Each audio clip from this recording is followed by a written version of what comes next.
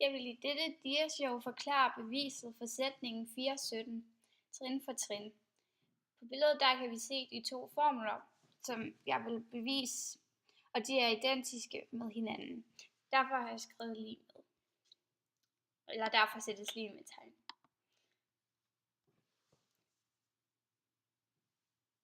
Det første man gør, det er, at man sætter formlen for de to rødder ind på henholdsvis R1 og R2's plads, som vi har gjort hernede.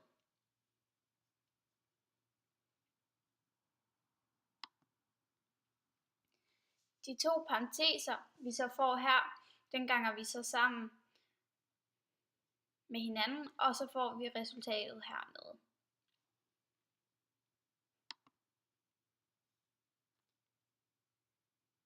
For at komme til den her udregning, så har vi så ganget A ind i parentesen.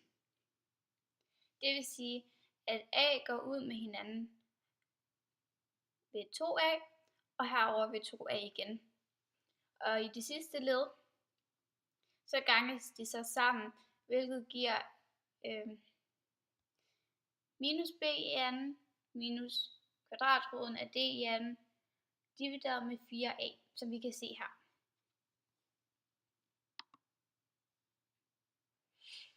Her, der ændrer vi så fortegn fra den her til den her. Da vi til slut jo gerne vil have sætningen ax i anden plus bx plus c. Minus og minus, altså minus b gange minus b, det giver plus b. Så vi kan se her. Og minus gange minus, eller minus kvadratroden af d plus kvadratroden af d, de går så ud med hinanden. I det næste led, så sættes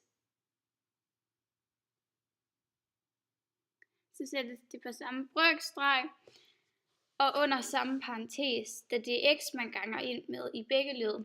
Dog ændres fortegnet, da minus og minus giver plus. I det sidste led er minus b gange minus b lige med b i anden. Og formlen for diskriminanten, den sætter vi så ind, som vi kan se her. Og det her, det var b i anden, vi fik.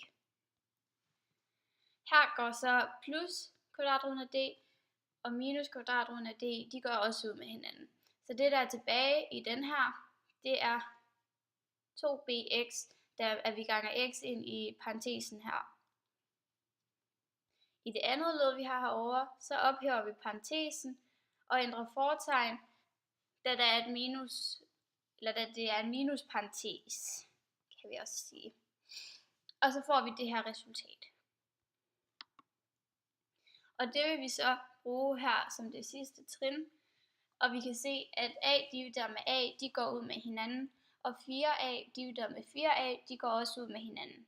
Så vil det sige, at der til sidst kommer til at stå ax i anden plus bx plus c, som var vores formel, vi ville bevise.